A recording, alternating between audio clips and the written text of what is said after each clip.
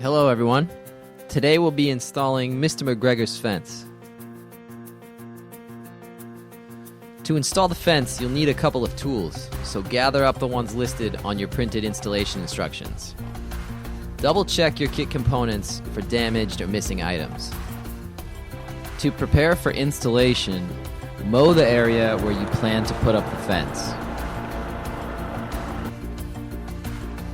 This diagram depicts a three-sided fence, with the fourth side as a pre-existing barrier. Our first step is to plug in the Energizer and make sure its light is blinking. AC Energizers should be housed indoors, but if you really need to have it outside, make sure it's mounted and adequately protected from the rain. To make sure you don't shock yourself, turn off the Energizer before continuing to install the fence. Next, we're going to lay down a plastic weed barrier along the length of the fence. This prevents weeds from growing up and touching the electric wires. An electric fence with weeds touching it is an electric fence that isn't working properly. The black plastic weed barrier is pretty ugly, so we'll be covering it over at the end of the video with bark mulch or hay.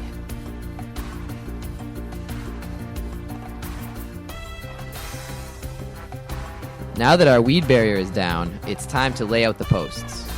Lay out the 27-inch posts, evenly spaced, along the length of the weed barrier.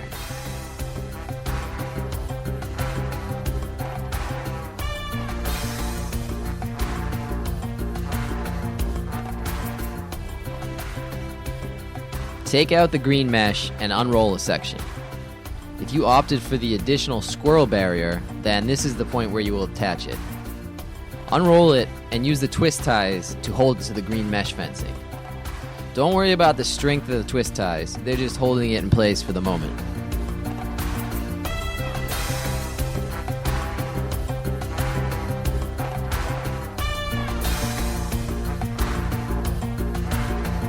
Snap two insulators onto each of the 27-inch posts.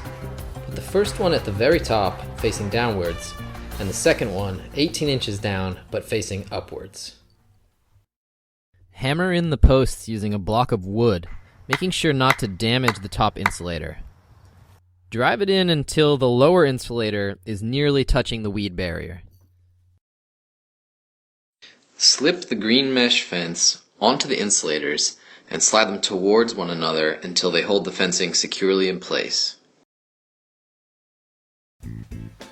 Now that you're getting the gist of inserting your posts, the video is going to demonstrate all the things you may have to do while putting up your green mesh fence. This includes going around corners, splicing together fence pieces, cutting fence pieces, and finishing off the fence.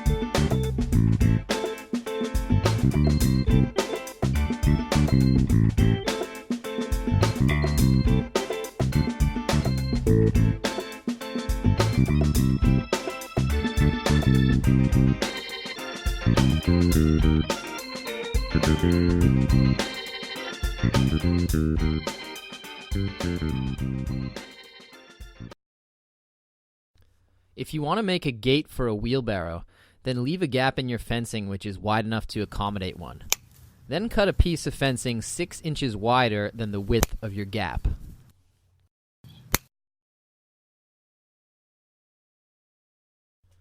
Attach this piece of fencing to both gate posts in the same way you attach the rest of the fencing.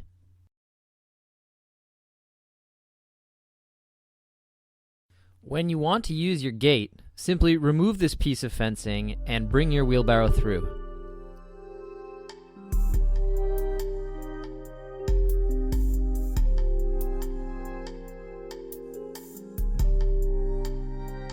Place 2 insulators, spaced 4 inches apart, at the top of each of the short posts.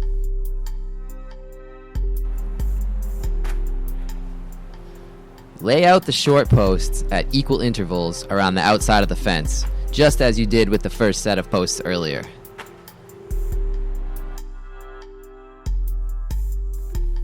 For line posts, meaning non-corner posts, drive them in at a distance of 3 inches away from the base of the green fence. These posts should be driven in until they stand at a height of 9 inches. Corner posts should be driven in 5 inches away from the corner and stand parallel to both sets of line posts.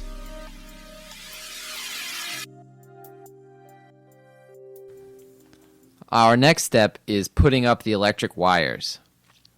The video is going to demonstrate all the different things you might need to do while installing the electric wire, such as starting a run of wire, connecting to a line post, going around a corner, looping back, and terminating.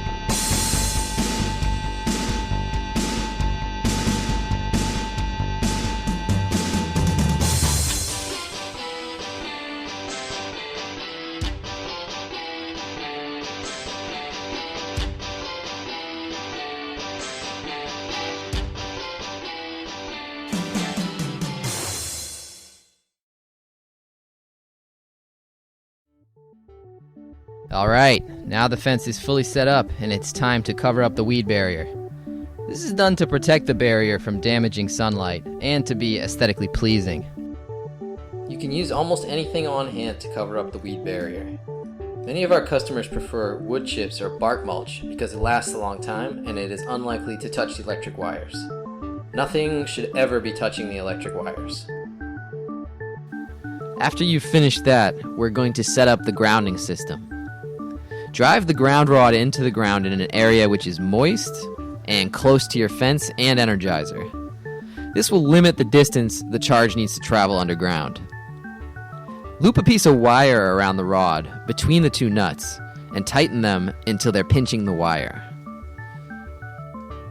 Run the grounding wire to your energizer and attach it to the grounding terminal. It's okay for your grounding wire to be touching objects, but don't string it somewhere it could break because the fence will not function properly.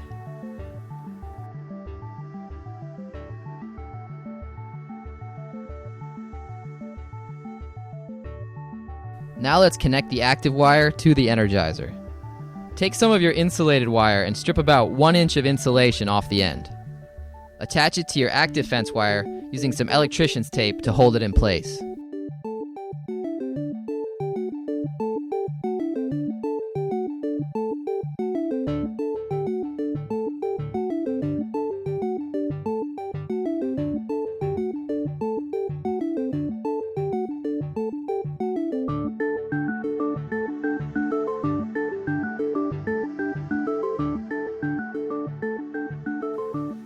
String the wire in such a way that it doesn't get tread on or damaged by windows and doors.